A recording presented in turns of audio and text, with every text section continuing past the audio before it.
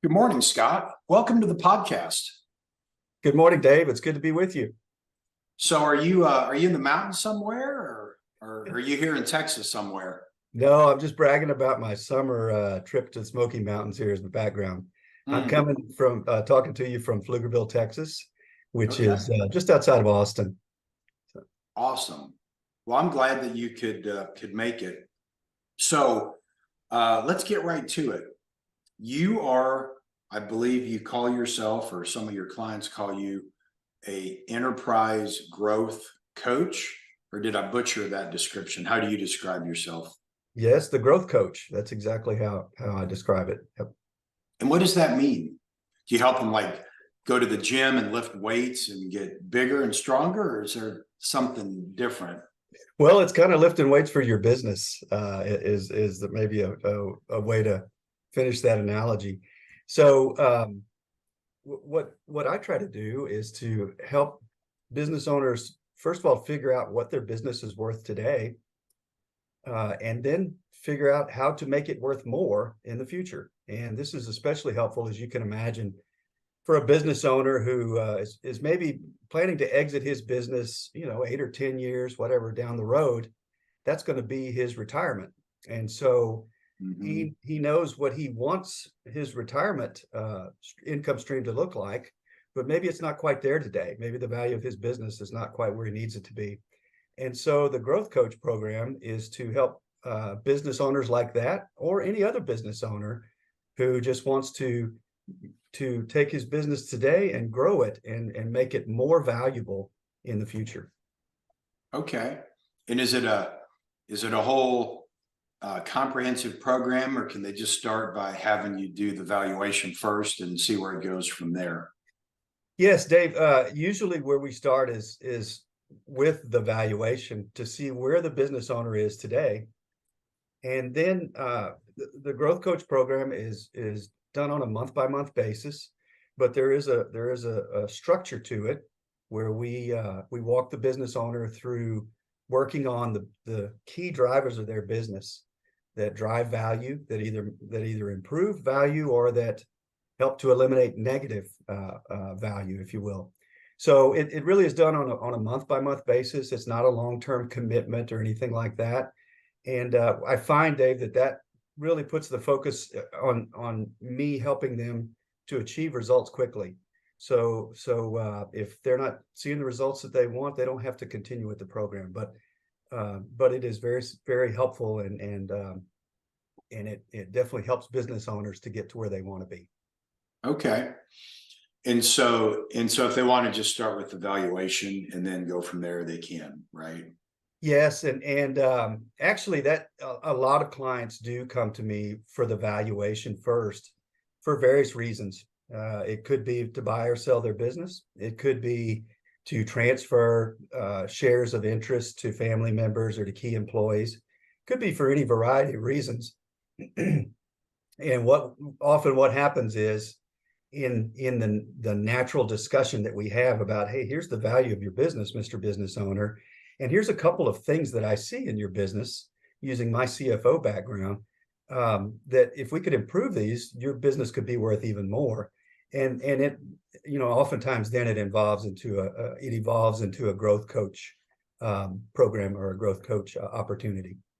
Okay. And it seems like one of the biggest complaints of that our clients have shared with me when they have a valuation done is that it just seems to take forever. They needed the valuation yesterday.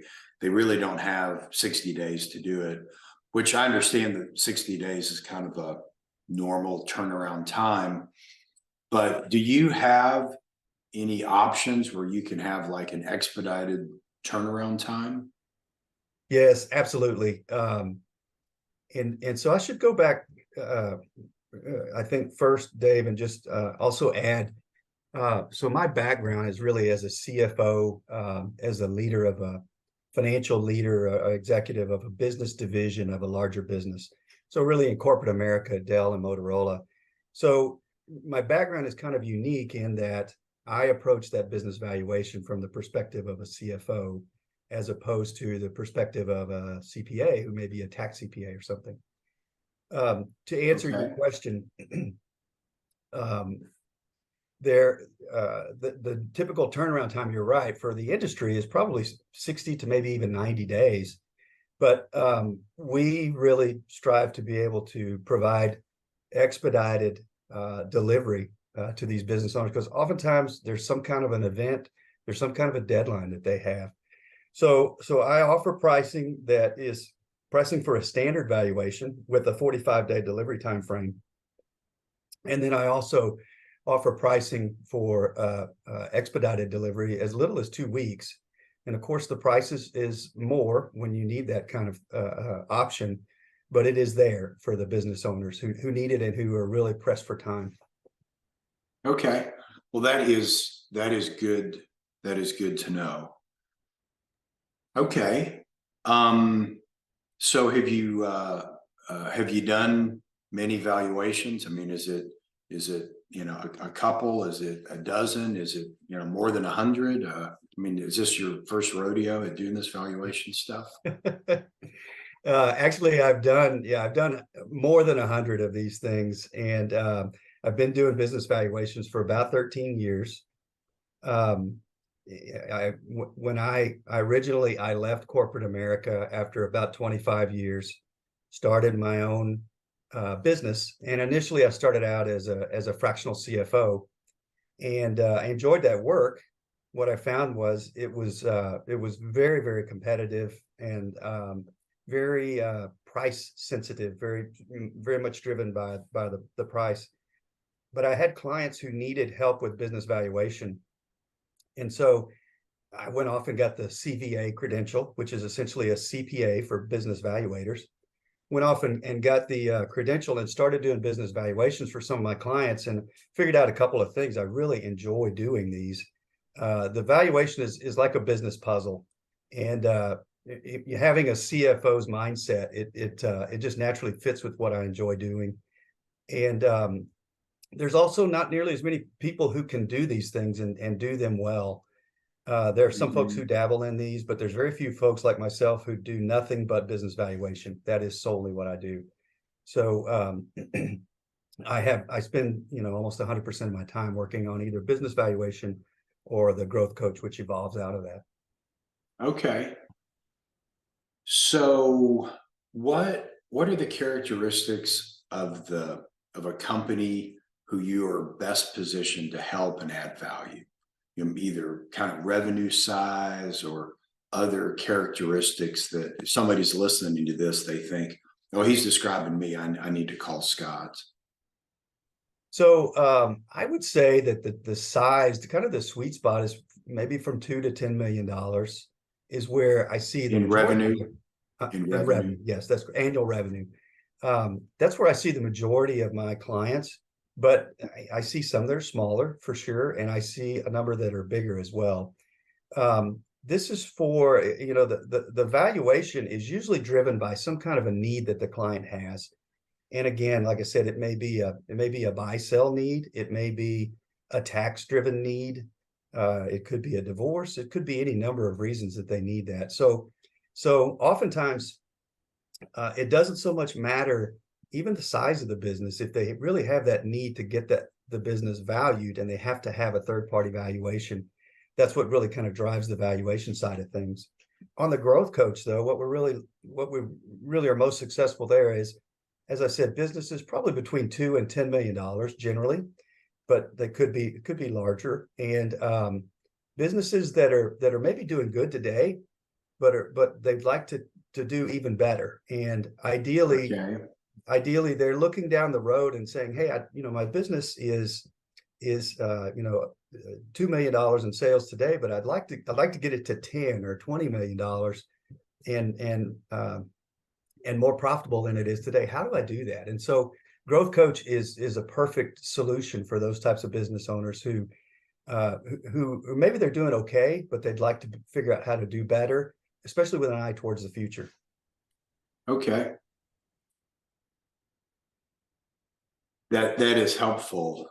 Do you have an example that you could share with someone, either just on the pure valuation side or the growth coach side, somebody who came to you with a challenge and you were able to, add value. I just find personalizing and having stories helps the whole message resonate better. Do you have a success story or two you can share? Yeah, I've got a couple. I've got one on each side there, Dave, that I could share. Let's talk about the growth coach side first. So I think about a client recently that has a service business, and they were here in Austin, and it was an established business that was making several $1,000,000 a year. They had a couple of different product lines, or service lines, I should say, and they had been pretty profitable for a number of years. And just over the last 18 months or so, their profitability had just started to dry up. And they were doing more revenue than ever. So so the business owners came to me and they said, "Hey, look, our revenue is growing, and we got this new cool service that's really profitable, but for whatever reason, we're just not seeing the bottom line profit. Can you help us figure this out?" And so by doing some analysis for this business, we were able to quickly help them figure out a couple of things. Number one, this new service that they were really touting and trying to sell as much of this as they could, it was not priced. It was actually priced at below break even. Oh no. And the reason was because obviously the business owners are not cost accountants. So they figured out what the direct costs were that were related, the technicians and their time, but they didn't factor in any of the overhead or some of the other indirect costs. And it was a pretty significant amount that they were missing. And so they weren't fully collecting the fully burdened cost for this service. And so the answer, and they're busy bidding these projects as fast as they can. And so the answer was really very simple for that. We were able to calculate a new better hourly rate. They would bid these projects based on the number of hours and an average hourly rate. We were just able to say, "Hey, look, your hourly rate was X, and so you need to add this much to it. And if you do, then you're going to be profitable again." The second thing that they had going on, though, was on the other revenue stream, the old revenue stream, they had one customer that was a pretty big part of that. And this was their quote unquote, their great customer, their cornerstone customer. And what I found out as I did the analysis was I found out that they were selling this customer a certain level of service, maybe here, but the actual service they were providing was way up here. And as you talk to the actual technicians and the folks who served that customer, you realize that the customer's getting whatever you want to call it, deluxe level service, but they were paying for standard level service. So this customer is really not profitable at all. No wonder the customer loved them so much. No wonder they were their most happy customer. So I was able to show them, that this customer was really not, again, was not profitable, and they thought this was their poster boy, if you will, customer. And this had just happened over time, is what we noticed, Dave, was that over time, the technicians or the folks who serve these customers had just kind of been, just generously adding in a little bit of this and a little bit of that, a little bit more of my time. And so over time, this customer really evolved into an unprofitable account. So the combination of those two things made a huge difference for this business, and they quickly found their profitability again, even better than it was before. And as they were growing, their profits really accelerated quickly. So that's an example on the growth coach side of things. That's great. On I can give you one on the valuation side. Yeah, please. Quicker. This was a lot quicker. So I had a client who the client was I guess it was the surviving children. The father had owned a business interest. It was like a 1.9% interest in a successful electronics business there in Houston. And so the father had passed away, and the children were just simply trying to liquidate his interest so that they could just divide his estate up and close out the estate. Well, the business had some super high-powered attorneys. I think it was Vincent and Elkins actually was their attorneys, and they came back to this family with a value for that interest of like $40,000. That's what they wanted to pay him. And so the family said, okay, well, if that's what it is. And so luckily their attorney talked them into getting a valuation. And what I found very quickly was the value of that business interest was over $400,000. So it was a 10x difference in value. Maybe it was an honest mistake. Maybe they just forgot a zero when they made the offer.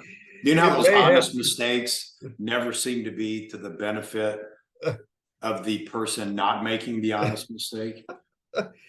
Well, I'm not going to say that there was ill will. There was, negative will there on the side of the business. But I will say that the difference was huge, and for the cost of evaluation for a few $1,000s, they were able to realize a 10x return on that, which was a fair return in the first place. So stories like that are they're especially make you feel really good when you're able to really help people that wouldn't have been able to do this on their own. Sure. Yeah, those are two great examples. I like that. They that first example, their most profitable line and their most profitable customer that they were so excited about turned out to be not their most profitable customer and not their most profitable service line. Yeah, and Dave, the thing that I find in working with business owners is, like I said, that unprofitable customer evolved over a number of years. So that customer started out being their best customer, maybe their only customer, I don't know. But over the years, it just the pricing and the service, the way that they provided the service just got a little sloppy. And a lot of businesses that I see don't have a lot of discipline in the way that they price their services. They price it at whatever it was priced at 10 years ago when they made it up, and plus 10% or something. But they haven't taken the time maybe lately to go through there and really say, okay, what should it be priced at today? Is it at a reasonable price or not? And maybe if their bottom line is positive, relatively positive, they may feel like it's that it's where it needs to be. But a lot of times when you do that kind of analysis around pricing, which is one of the things that we would do in the Growth Coach program, you may find areas of opportunity there that they didn't even know existed. Mm-hmm.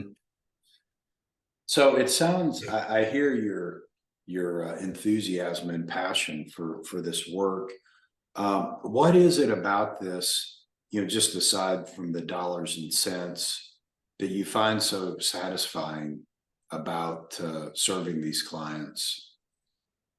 Well, I may have said this earlier, to me, this is a business puzzle, and I just enjoy the challenge of being able to unravel what may seem like a really complicated thing to the business owner, but to unravel it for them, to explain to them what's going on, and then to help them to be better off at the end of the day. And so part of it is just intellectually, I enjoy the challenge of the business puzzle, if you will. And secondly, it's nice to be able to walk away from helping a client knowing that you've done something for them that has added value, that they're ecstatic about, that they couldn't have done for themselves. Mm-hmm. And so just like you and I would go to a specialist for whatever it is that we might be doing, business valuation for a lot of people is a specialization that they really need. They need somebody on their side, somebody to help them understand this stuff. And I just enjoy doing that. Yeah, that really resonates with me, because that's how our business is. That, we add value, but the part I find most satisfying is just the sense that you've made a difference, that you've helped. And of course, my heroes are entrepreneurs. So the fact I get to work with entrepreneurs all day is, I find, to be just very satisfying, that I feel like I'm helping the heroes of the economy, just do a little bit to help them be a little better at it. Yeah, I want to add on that too, Dave. I'm completely with you on that. Having spent 25 years, the majority of my career really in corporate America, I saw some really sharp people and some hardworking people but I can tell you now, having spent 13 years with business entrepreneurs, people who they don't get a paycheck from some company on a biweekly basis. They have to go out and do it themselves. And I can't tell you how enjoyable it is to work with these types of people. They're usually intelligent, or they're studious people. They are driven and passionate about what they do. They're very positive and upbeat people. And it just feels like a good crowd to hang with, right? I mean, it's a positive, uplifting experience working for these clients, as opposed to, working in at the post office or something like that. Right. People Yeah. are Just there. being a cog in the Exactly. machine. So I can really understand your point about working with these entrepreneurs, and just how enjoyable it is. It's just good to work with people like that. Yeah. And I think if I'm correct, I think the data shows that the vast majority of new jobs in this country come from those smaller entrepreneurial companies. It's not the Fortune 500 companies that are creating the net jobs. Yeah. And I hesitate to think that an additional government job is progress towards anything. Yeah. Agreed. So if what's the best way if somebody wants to reach out to you? Can they reach out on LinkedIn? Is that a good way to get a hold of you? LinkedIn is a great way. I've got all my email and phone numbers and things on there, on email, on LinkedIn, on my profile page. That's probably the easiest way. I've also got a website that they could visit, precisioncfosolutions.com. Okay. And that's, like I said, LinkedIn is probably the easiest way to reach out to me, though. And if they just want to cut to the chase and just give you a call, what's the number they should call? 512-673-3530. And that's my cell number. It comes directly to me. Okay.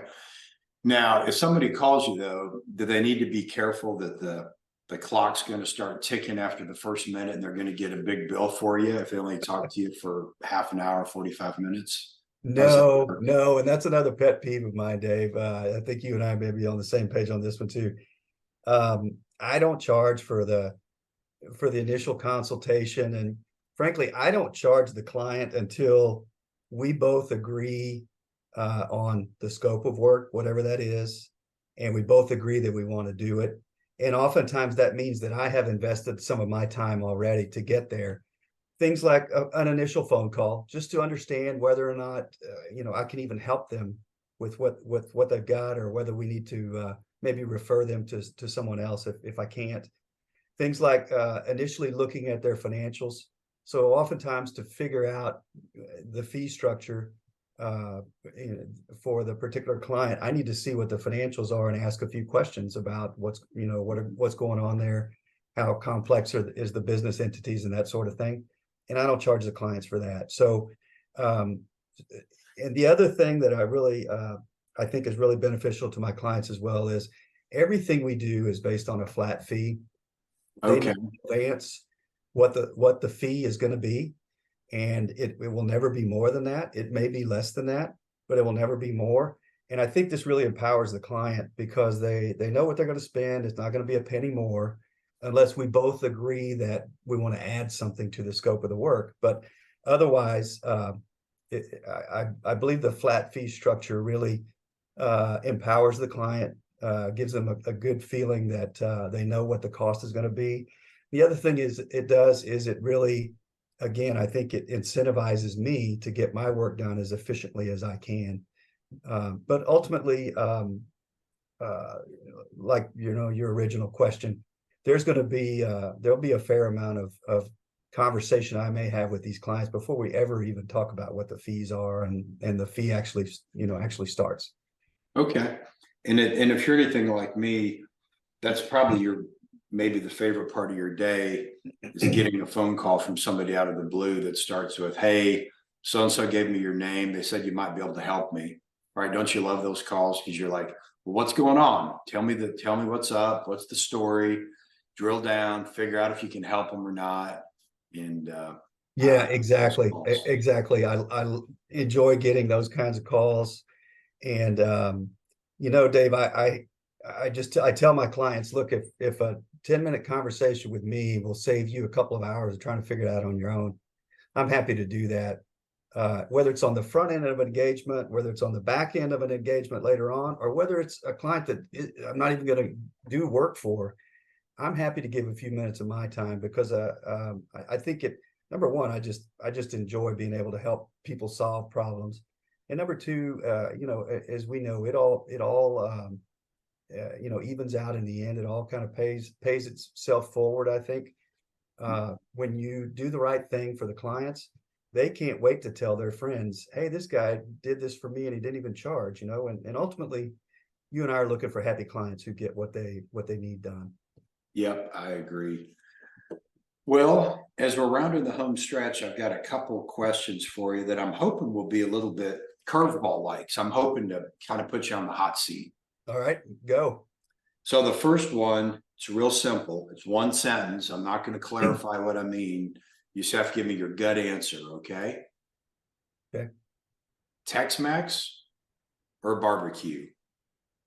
Wow, that's really close. I'd say Tex-Mex, but barbecue is probably 1B.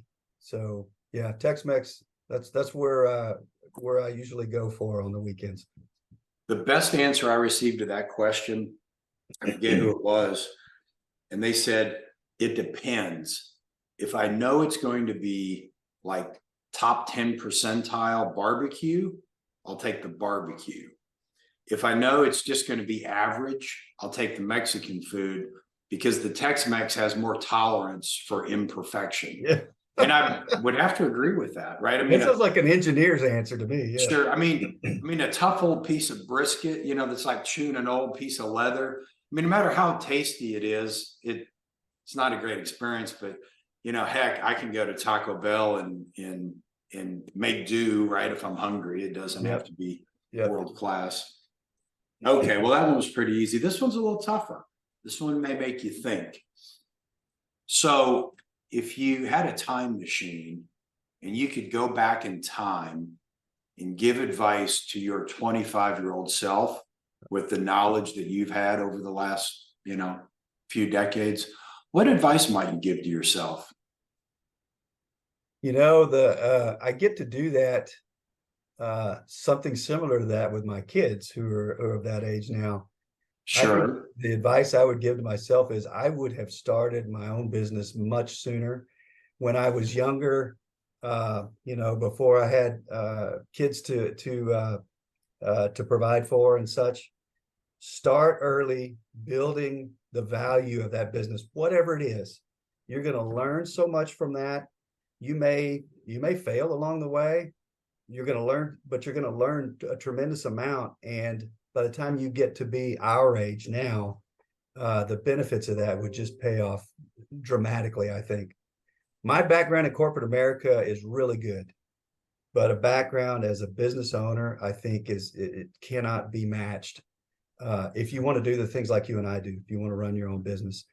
And ultimately, if you want to generate wealth, you need to own your own business, right? Because if you're working for somebody else, you're generating wealth for them, and you have an income stream that will end when you stop working.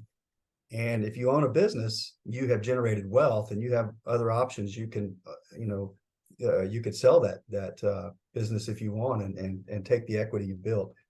But yeah, that's what I would do. I would have started my own business much sooner and learned the ropes. That is probably the most common answer to that question. Oh, everybody wished they had struck out on their own sooner. Well, I think we've covered a fair amount. Is there anything that we didn't talk about that you think we should have? I think we've covered most everything. And I appreciate you having me on the podcast with you here. And I would love to to help any of your listeners if they've got questions, however big or small. I'd love to be able to help them with that, or point them in the right direction. So thank you so much for having me. and My I've pleasure. enjoyed it. My pleasure. I appreciate you carving time out of your day, and I hope the rest of your day is great. And I'll look forward to catching up with you another time. Thank you, Dave. Thanks for having me. All right.